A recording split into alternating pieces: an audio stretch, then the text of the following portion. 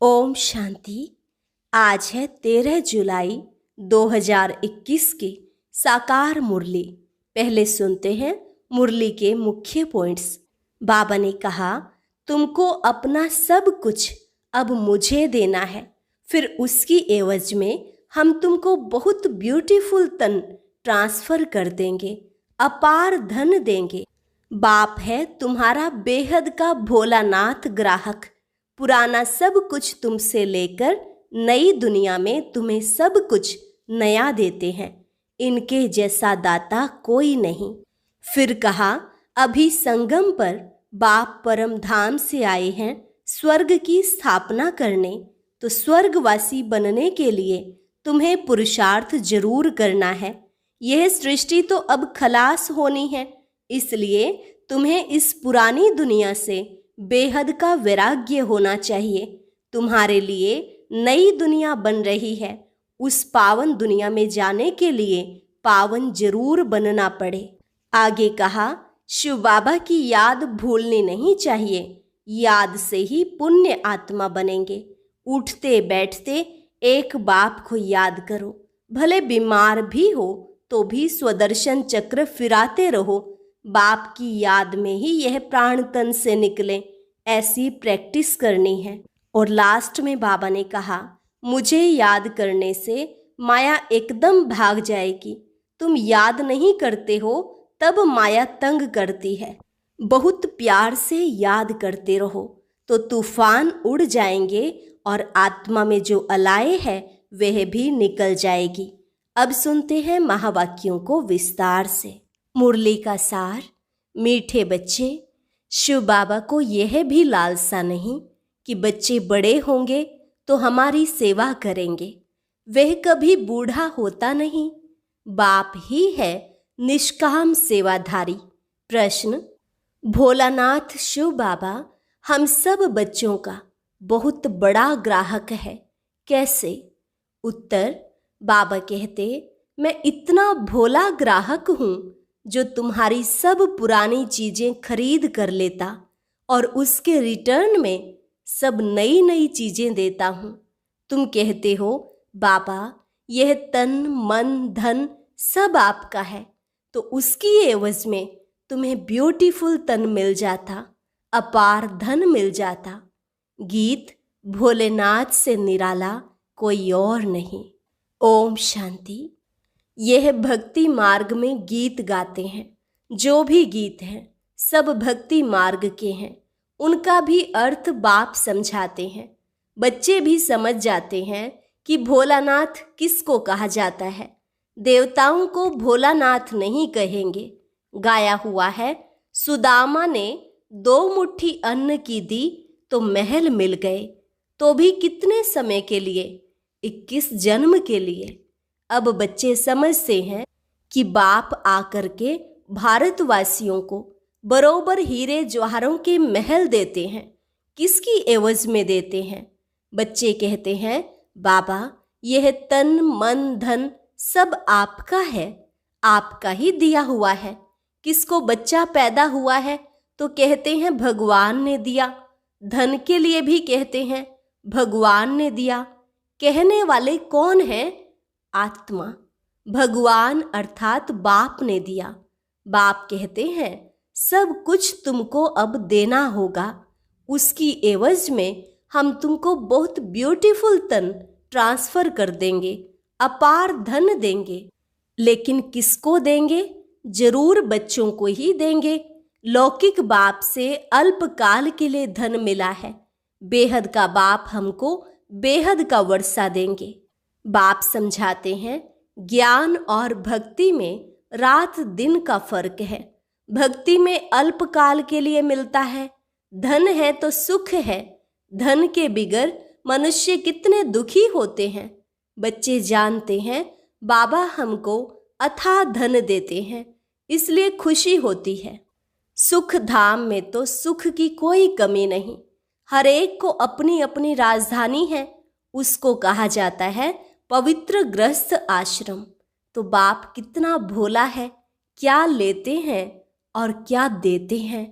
कितना अच्छा ग्राहक है बाप। यूं भी बच्चों का तो बाप ग्राहक ही है। बच्चा पैदा हुआ और सारी मिल्कियत उनकी है। वह होते हैं हद के ग्राहक। यह है बेहद का भोलानाथ, बेहद के बच्चों का ग्राहक। बाप कहते हैं, मैं परम धाम से आया हूँ, पुराना सब कुछ तुमसे लेकर नई दुनिया में तुमको सब कुछ देता हूँ। इसलिए दाता कहा जाता है। दाता भी इन जैसा और कोई नहीं, निष्काम सेवा करते हैं।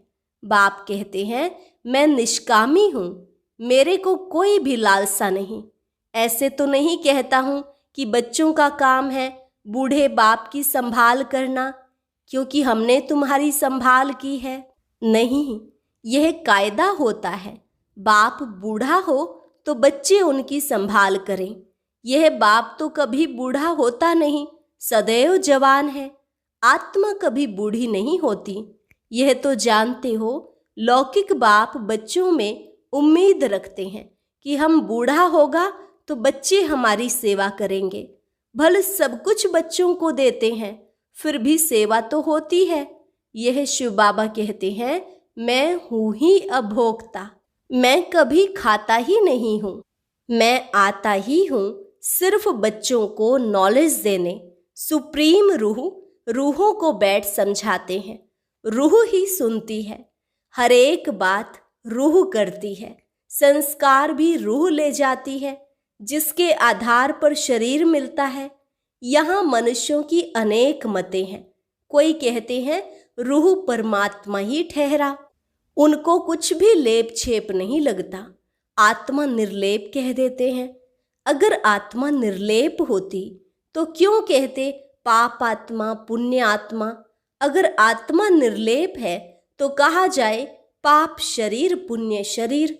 अभी तुम जानते हो कि सभी आत्माओं का रूहानी बाप हम रूहों को पढ़ा रहे हैं इस शरीर द्वारा। आत्मा को बुलाते भी है ना, कहते हैं हमारे बाप की आत्मा आई, टेस्ट ली। आत्मा ही टेस्ट लेती है। बाप तो ऐसा नहीं कहेंगे, वो तो अभोक्ता है। ब्राह्मणों को खिलाते हैं, आत्मा आती है, कहाँ तो विराजमान होती होगी। ब्राह्मणों आदि को खिलाना भारत में कॉमन बात है। आत्मा को बुलाते हैं, उनसे पूछते हैं, फिर कई बातें उनकी सच्ची भी निकलती हैं। यह पित्र आदि खिलाना, यह भी ड्रामा में नोंद है। इसमें कोई वंडर नहीं खाना चाहिए। बाप नटशेल में ड्रामा के राज को बताते हैं। डिटेल में तो इतनी ड्रामा की समझानी दे नहीं सकते। एक एक की समझाने में ही वर्ष लग जाएं। तुम बच्चों को बड़ी सहज शिक्षा मिलती है। गाते भी हैं, हे पतित पावन आओ, आकर हमको पावन बनाओ। उनका नाम ही है पतित पावन। ब्रह्मा विष्णु शंकर को पतित पावन नहीं कह सकते। बाप को ही पतित पावन लिबरेटर कहते हैं। दुख हरता सुख करता भी उनको ही कहा जाता है। वह है निराकार। शिव के मंदिर में जाकर देखो, वहां लिंग रखा है। जरूर चैतन्य था, तब तो पूजा करते हैं। यह देवता भी कभी चैतन्य थे, तब तो उनकी महिमा है। नेहरू चैतन्य में था, तब तो उनका फोटो निकाल महिमा करते हैं। कोई अच्छा काम करके जाते हैं तो उनका जड़ चित्र बनाए महिमा करते हैं।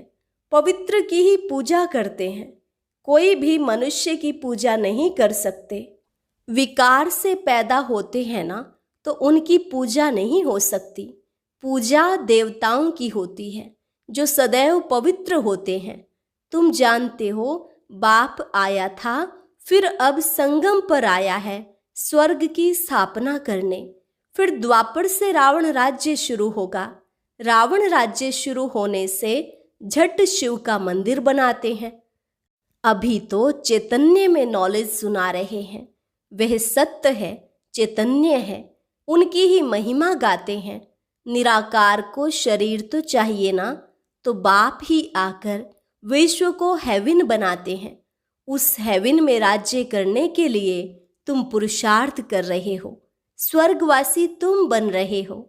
निराकार परम पिता परमात्मा ज्ञान का सागर है, परंतु सुनाए कैसे? कहते हैं मैं इस शरीर में आया हूँ, मेरा ड्रामा में यह पार्ट है, मैं प्रकृति का आधार लेता हूँ। यह जो पहले नंबर का है, इनके ही बहुत जन्मों के अंत में मैं आकर प्रवेश करता हूँ और इनका नाम ब्रह्मा रखता हूँ। पहले यह सब भट्ठी में थे तो बहुतों को नाम दिए थे, परंतु बहुतों ने फिर छोड़ दिया, इसलिए नाम रखने से क्या फायदा। तुम वह नाम देखो तो वंडर खाओ, एक ही साथ सब इकट्ठे कितने रमणीक नाम आए। संदेशी नाम ले आती थी, वह लिस्ट भी जरूर रखनी चाहिए। सन्यासी भी जब सन्यास करते हैं तो उनका भी नाम बदल जाता है, घर बार छोड़ देते हैं। तुम छोड़ते नहीं हो, तुम ब्रह्मा के आकर बनते हो, शिव के तो हो ही, तुम कहते ही हो बाप दादा। सन्यासियों का ऐसे नहीं होता है, भल नाम बदलते हैं परंतु बाप दादा नहीं मिलता, उनको सिर्फ गुरु मिलता है। हठ योगी हद के सन्यासी और राजयोगी बेहद के सन्यासी में रात दिन का फर्क है। गाया भी जाता है ज्ञान, भक्ति और वैराग्य। उनको भी वैराग्य है, परंतु उनका है घर बार से वैराग्य, तुमको सारी दुनिया से वैराग्य है। उनको पता ही नहीं कि सृष्टि बदलती है, तुम्हारा है बेहद का वैराग्य।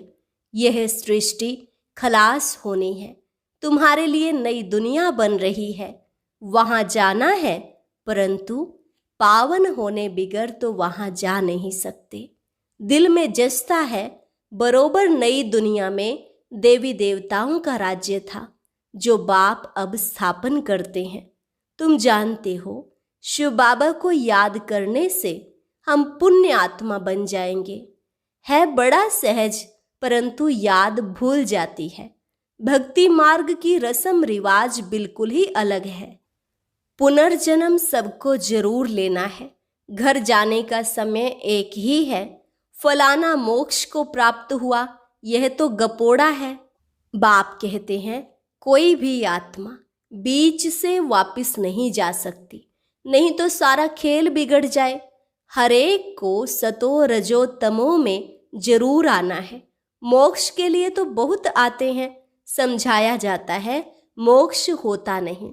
यह तो अनादि बना बनाया ड्रामा है, वह कभी बदली नहीं हो सकता। मक्खी यहाँ से पास हुई, फिर 5000 वर्ष बाद ऐसे ही पास होगी। यह तो जानते हैं बाबा कितना भोला है। पतित पावन बाप अपने परम धाम से आते हैं पार्ट बजाने, वही समझाते हैं यह ड्रामा कैसा बना हुआ है, इसमें मुख्य कौन कौन है। जैसे कहते हैं ना कि सबसे साहूकार कौन है इस दुनिया में, उसमें नंबरवार नाम निकालते हैं। तुम जानते हो सबसे साहूकार कौन है, वह कहेंगे अमेरिका, परंतु तुम जानते हो स्वर्ग में सबसे साहूकार यह लक्ष्मी नारायण बनते हैं। तुम पुरुषार्थ करते हो भविष्य के लिए, सबसे बड़ा साहूकार बनने के लिए। यह रेस है। इन लक्ष्मी नारायण जैसा साहूकार कोई होगा? अल्लाह अवलदीन की भी स्टोरी बनाते हैं। ठगा करने से कुबेर का खजाना निकल गया। बहुत किस्म किस्म के नाटक बनाते हैं। अभी तुम्हारी बुद्धि में है यह शरीर छोड़ स्वर्ग में जाएंगे, हमको कारून का खजाना मिलेगा। बाप कहते हैं मुझे याद करने से माया एकदम भाग जाएगी। बाप को याद नहीं करते तो माया फिर तंग करती है।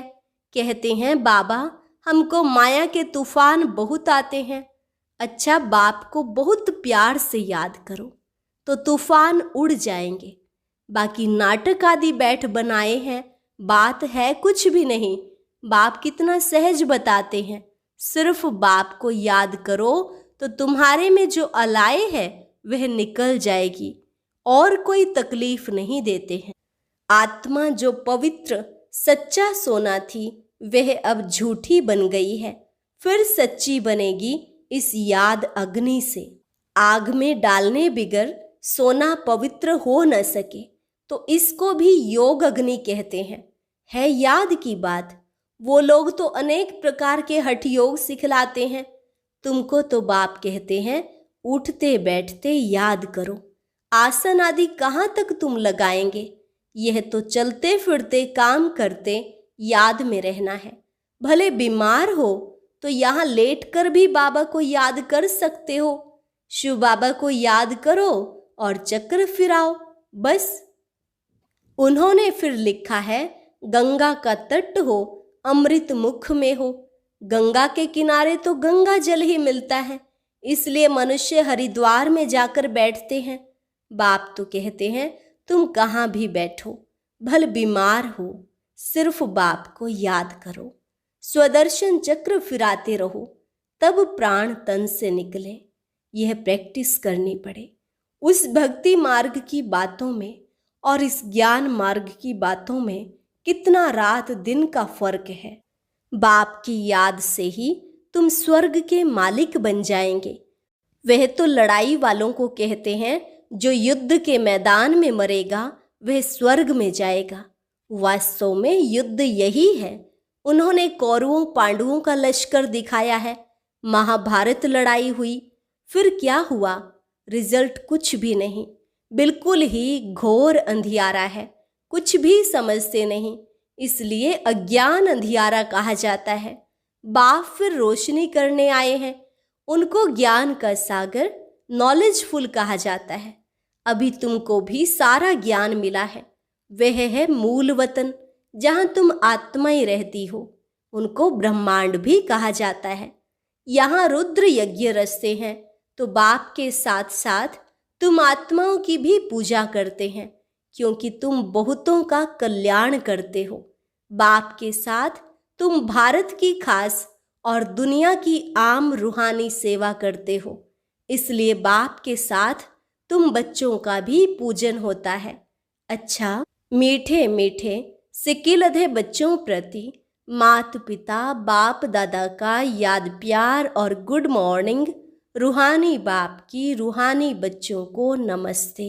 रूहानी बच्चों की रूहानी बाप दादा को नमस्ते नमस्ते, गुड मॉर्निंग। धारणा के लिए मुख्य सार। पहली पॉइंट, माया के तूफानों को भगाने के लिए बाप को बहुत बहुत प्यार से याद करना है। आत्मा को योग अग्नि से सच्चा सच्चा सोना बनाना है। दूसरी पॉइंट, बेहद का वैरागी बन इस पुरानी दुनिया को भूल जाना है। दुनिया बदल रही है, नई दुनिया में जाना है, इसलिए इससे संन्यास ले लेना है। वरदान, ज्ञान की पॉइंट्स को हर रोज रिवाइज कर समाधान स्वरूप बनने वाले बेगमपुर के बादशाह भव। ज्ञान की पॉइंट्स को हर रोज रिवाइज कर समाधान स्वरूप बनने वाले बेगमपुर के बादशाह भव।